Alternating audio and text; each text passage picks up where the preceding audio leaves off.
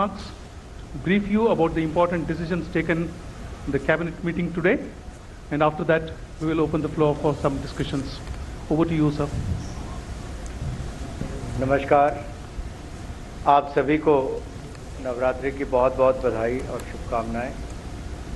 आज प्रधानमंत्री नरेंद्र मोदी जी की अध्यक्षता में पीसीए की और कैबिनेट की बैठक हुई और मुझे बताते हुए प्रसन्नता है कि इस त्योहारों के समय भी एक ऐसा निर्णय जो हमारे केंद्र के कर्मचारियों और पेंशनर्स के हित में लिया गया है कि केंद्र सरकारी के कर्मचारियों का देय डियरनेस अलाउंस और पेंशनर्स का देय डियरनेस रिलीफ में 1 जुलाई 2023 से 4% की वृद्धि करने का निर्णय किया गया है। इससे कुल मिलाकर देश भर में करोड़ों सरकारी कर्मचारी जो केंद्र सरकार के और पेंशनर्स उनको लाभ मिलेगा। ये वृद्धि अब कुल मिलाकर देखा जाए तो 42% से बढ़ाकर 46% हो जाएगी, जब 4% बढ़ोतरी हुई। सालाना वित्तीय वर्ष यानी कि आज सालाना इसका कितना सरकार के ऊपर व्यय होगा, वो 12,857 करोड़ रुपए इसके ऊपर वित्तीय भार आएगा। दूसरा निर्णय रेलवे विभाग के नॉन गैजेटेड रेल कर्मियों के हित में है और जैसा कि दशहरा नजदीक आ रहा है 24 अक्टूबर को और त्योहारों का सीजन, तो 11,07,346 नॉन गैजेटेड एम्प्लॉयज रेलवे के इनके लिए 78 दिन का बोनस तय किया गया है, यानी कि 78 दिन की जो उनकी सैलरी है उसके बराबर उनको बोनस देने का तय हुआ। इसके ऊपर लगभग 1,969 करोड़ रुपए खर्च होंगे। ये प्रोडक्टिविटी लिंक बोनस पिछले कई वर्षों से 2010-11 से रेल विभाग अपने कर्मचारियों को देता है और इस बार भी इसको देने का निर्णय लिया गया है क्योंकि त्योहार के समय उनको मिलेगा। तीसरा निर्णय जो देश के किसानों से जुड़ा हुआ है वो भी मैं कहूँगा रबी की फसल जो 6 फसलें हैं उसका न्यूनतम समर्थन मूल्य यानी कि एमएसपी को निर्धारित करने का निर्णय किया गया। ये फैक्टर आप सबको पता है, सीएसीपी के द्वारा जो अनुशंसा की जाती है उसके आधार पर ही होता है और इसके जो हमारी कमिटमेंट थी कि 1.5 गुना हम किसानों की आय करेंगे, उसके प्रति मोदी सरकार पूरी तरह से प्रतिबद्ध है। और अगर ये 6 फसलों का एक एक करके मैं आपको बताऊं तो पिछले वर्ष की तुलना में ये एमएसपी ज़्यादा है और तिलहन और सरसों में जो एमएसपी है उसको 200 रुपये प्रति क्विंटल की वृद्धि की गई है। मसूर के लिए 425 रुपये की प्रति क्विंटल वृद्धि की गई है। गेहूं के लिए 150 रुपये प्रति क्विंटल की वृद्धि की गई है और बारले के लिए 115 रुपये प्रति क्विंटल वृद्धि की है। चने के लिए 105 रुपये प्रति क्विंटल वृद्धि की है और सेफ्लॉर के लिए भी 150 रुपये प्रति क्विंटल वृद्धि की है। ये चार्ट शायद आपको और बेहतर बता सकें अगर आप देखेंगे कि कहां हम थे 2014 में और आज 2023-24 में हम कहां पहुंचे हैं।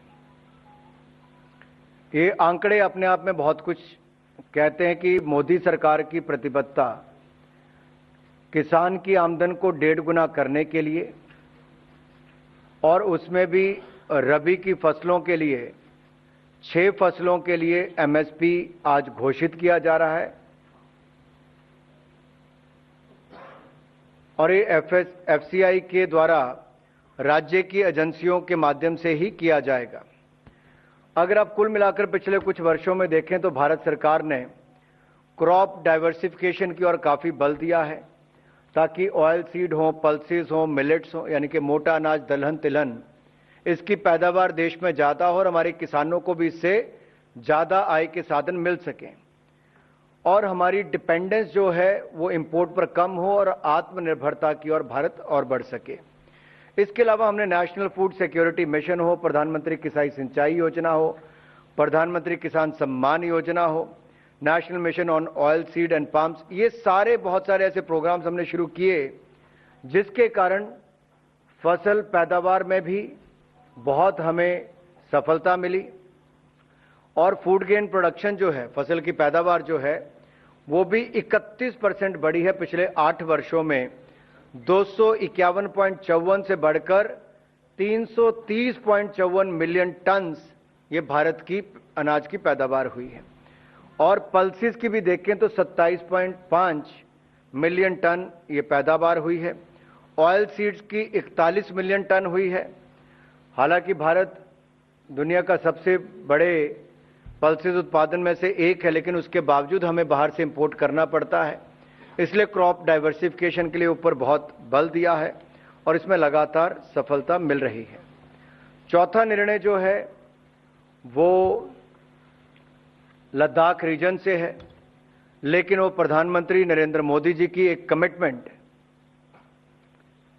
रिन्यूएबल एनर्जी के प्रति और दुनिया भर के सामने हमने जो लक्ष्य रखा था उसे हमने समय से पहले पूरा किया है।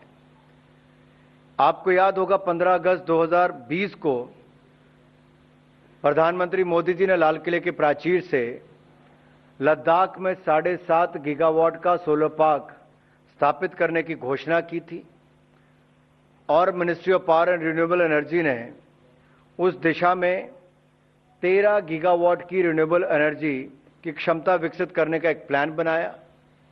आज का जो निर्णय है कि जब वो सोलर पावर प्लांट बनेंगे, रिन्यूएबल एनर्जी से जुड़े हुए जितने भी वहां पे क्षमता खड़ी होती है, उसके लिए इवैक्यूएशन यानी कि ट्रांसमिशन लाइन बहुत इंपॉर्टेंट है।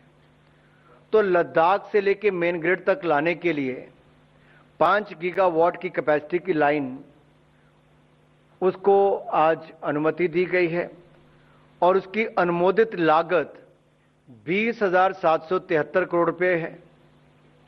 20,773.70 करोड़ रुपए 5 गीगावाट की कैपेसिटी लाइन की लागत होगी। लद्दाख से हरियाणा के कैथल तक आएगी।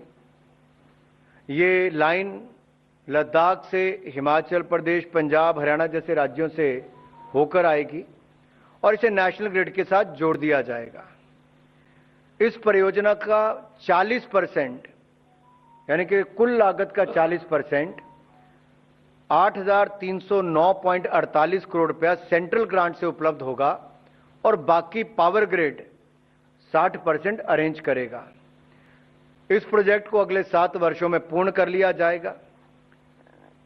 इसमें न केवल लद्दाख बल्कि अन्य क्षेत्रों में भी रोजगार, स्वरोजगार की बहुत सारी संभावनाएं खड़ी होंगी और भारत ने जो अपना 500 गीगावाट का रिन्यूएबल एनर्जी का लक्ष्य 2030 का रखा है, हम उसको भी समय से पहले पूरा करेंगे और 13 गीगावाट की क्षमता, उस दिशा में भी हमारा योगदान, एक बड़ा उसका योगदान होगा। ये 4 निर्णय मैंने आप सबके सामने रखे हैं। अब हम कुछ प्रश्न लेंगे।